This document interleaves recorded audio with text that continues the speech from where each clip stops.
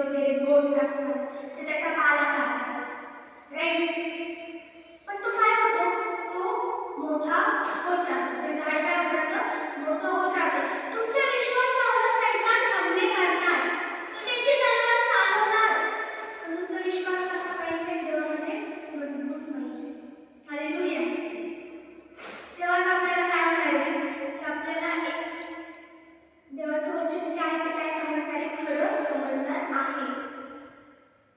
जे म्हणजे जे नवीन नवीन येशूमध्ये असतात त्यांच्यामध्ये खूप प्रॉब्लेम्स आहेत आणि ते सगळं प्रॉब्लेम्स कोण आणतं, सैतान आणतो.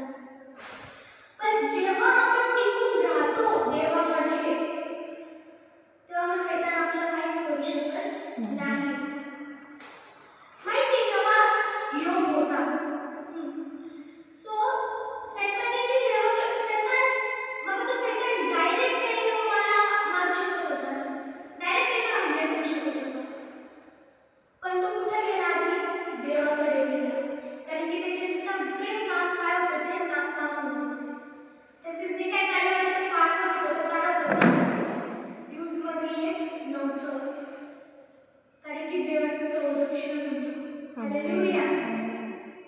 तसंच एक संरक्षण आपल्याला आपल्यासाठी पण बोलायचं आहे. आपण येताना जाताना आपण बघतो किती ॲक्सिडेंट झाले, राईट? पण देवाच्या वचनामध्ये काय आहे की त्याची स्वर्गदूत तुला आपल्या हातावर घेऊन